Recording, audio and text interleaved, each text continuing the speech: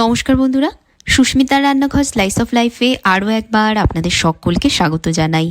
বাটা দিয়ে গরম ভাত খাবার মজাই আলাদা, তা সে যে বাটাই হোক না কেন নিমেষে একতলা ভাত শেষ করে দেওয়া যায়। তাই আজকে এরকমই মজাদার আরও একটা বাটা রেসিপি নিয়ে আমি চলে এসেছি আজকের পর্বে। আশা করছি আপনাদের ভালো লাগবে আমার আজকের এই ইজি টেস্টি বাটা রেসিপি। দেখে নিন কীভাবে তৈরি করছি। এই বাটা তৈরি করবার জন্য আমি এখানে নিয়েছি বেশ কয়েকটা কুমড়ো পাতা।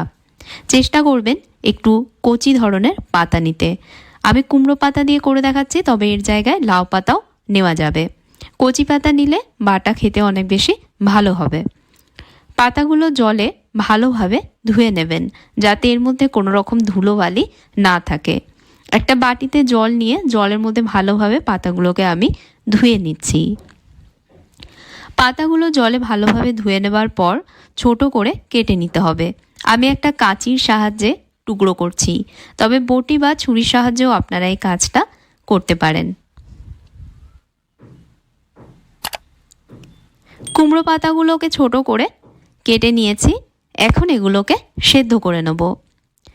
সেদ্ধ করবার জন্য একটা কড়াইয়ের মধ্যে কেটে নেওয়া পাতাগুলো সব নিয়ে নিচ্ছি। পাতার পুষ্টিগুণ যাতে বজায় থাকে আর বাটাটা খেতেও ভালো হয়, সেই জন্য জল ছাড়াই আমি এগুলোকে এখন সেদ্ধ করব। হাফ টিস্পুন নুন এর মধ্যে দিয়ে লো মিডিয়াম আঁচে কড়াইটা ঢেকে দিচ্ছি। 1 মিনিট এভাবে ঢাকা দিয়ে রাখবার পর ঢাকনাটা সরাচ্ছি। নুন দেবার কারণে পাতা থেকে জল ছেড়েছে আর পাতাগুলো দেখুন প্রায় মজে গেছে। পাতাগুলোকে উল্টে পাল্টে দিয়ে আবারও 1-2 মিনিটের জন্য ঢাকা দিয়ে রাখছি। 1-2 মিনিট পর দেখুন এগুলো পুরোপুরি মজে গেছে। কুমড়ো পাতাগুলো পুরোপুরি মজে গিয়ে প্রায় সেদ্ধ হয়ে গেছে। এখন এগুলোকে একটু ঠান্ডা করে নেব। ঠান্ডা করে নেবার পর একটা মিক্সার জারের মধ্যে পাতাগুলোকে আমি নিয়ে নিচ্ছি। এর মধ্যে দিচ্ছি 9-10টা রসুন কোয়া, 3টে দিয়ে দিচ্ছি কাঁচা লঙ্কা, তবে ঝাল বুঝে আপনারা লঙ্কাটা অ্যাড করবেন। আর একটা মাঝারি মাপের পেঁয়াজ কুচি এর মধ্যে দিয়ে দিচ্ছি। 5-6টা নিয়েছি এখানে ডাঁটি সমেত ধনেপাতা, এর মধ্যে ছিঁড়ে দিচ্ছি। আমি ধনেপাতাগুলো ডাঁটি সমেত দিয়েছি। হাফ টিস্পুন এবার এর মধ্যে দিয়ে দিচ্ছি নুন। পাতাগুলো যেহেতু নুন দিয়ে সেদ্ধ করা রয়েছে, সেই বুঝে এখন এর মধ্যে নুন দিতে হবে। আর দিচ্ছি হাফ টিস্পুন চিনি। এবার সব একসাথে মিহি করে বেটে নেব। বাটবার সময় এর মধ্যে প্রয়োজন মতন জল দিয়ে মিহি করে সব বেটে নেবেন, তবে জলের পরিমাণ কম দেবেন। এরকম মিহি করে বাটতে যতটুকু জল লাগবে ততটুকুই দেবেন। এখন কড়াইতে 2 টেবিল স্পুন সর্ষের তেল গরম করে নিচ্ছি। যে কোনো বাটা বা ভর্তাই সর্ষের তেলে বানালে খেতে বেশি ভালো হয়। তেলটা ভালোভাবে গরম করে নিয়ে দিয়ে দিচ্ছি তেলের মধ্যে 4টে শুকনো লঙ্কা। লঙ্কাগুলো ভেজে নিচ্ছি। লাল লাল করে লঙ্কাগুলো ভেজে নিতে হবে।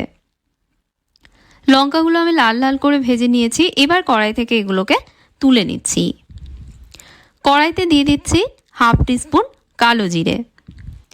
কালো জিরে দেওয়ার পর তেলের মধ্যে কয়েক সেকেন্ড ভেজে নিচ্ছি।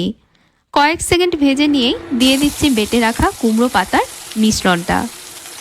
মিশ্রণটা তেলে দেওয়ার পর ভালোভাবে একটু সময় ধরে কষিয়ে নেব। যতক্ষণ এর মধ্যে জল শুকিয়ে গিয়ে একটা শুকনো মণ্ডে এটা পরিণত না হচ্ছে, ততক্ষণ অবধি কষাতে হবে।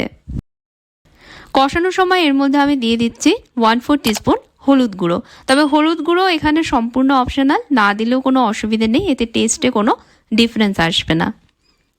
এর সাথে মিশিয়ে নিয়ে আরও একটু সময় কষাচ্ছি। হাই আছে 3-4 মিনিট আমি কষিয়েছি। বেশি সময় লাগে না, দেখুন এটা কষতে 3-4 মিনিট কষাতেই কিন্তু মিশ্রণটা শুকিয়ে গিয়ে একটা মণ্ডে পরিণত হয়েছে আর কড়াই থেকে সুন্দরভাবে দেখুন ছেড়ে যাচ্ছে। এবার আগে থেকে তেলে ভেজে রাখা শুকনো লঙ্কাগুলো এর মধ্যে দিয়ে দিচ্ছি। লঙ্কাগুলো আমি হাত দিয়ে একটু গুঁড়ো করে নিয়েছি। ভাজা লঙ্কাগুলো ঠান্ডা হওয়ার আগেই গুঁড়ো করে নেবেন, নাহলে ঠান্ডা হওয়ার পর নরম হয়ে গেলে তখন কিন্তু গুঁড়ো করতে অসুবিধা হবে। সব একসাথে মিশিয়ে নিয়ে এবার একটা পাত্রে এটাকে তুলে নিয়েছি। তৈরি হয়ে গেল একদম সহজ অথচ দারুণ টেস্টি কুমড়ো পাতা বাটা। কেমন লাগলো আমার আজকের এই ইজি টেস্টি কুমড়ো পাতা বাটার রেসিপিটা? বন্ধুরা অবশ্যই আমাকে কমেন্টস করে জানাবেন। ভালো লেগে থাকলে লাইক এবং শেয়ার করতে ভুলবেন না ভিডিওটা, আর চ্যানেলে অবশ্যই সাবস্ক্রাইব করবেন। যদি ফেসবুক পেজে দেখেন পেজে ফলো করে নেবেন।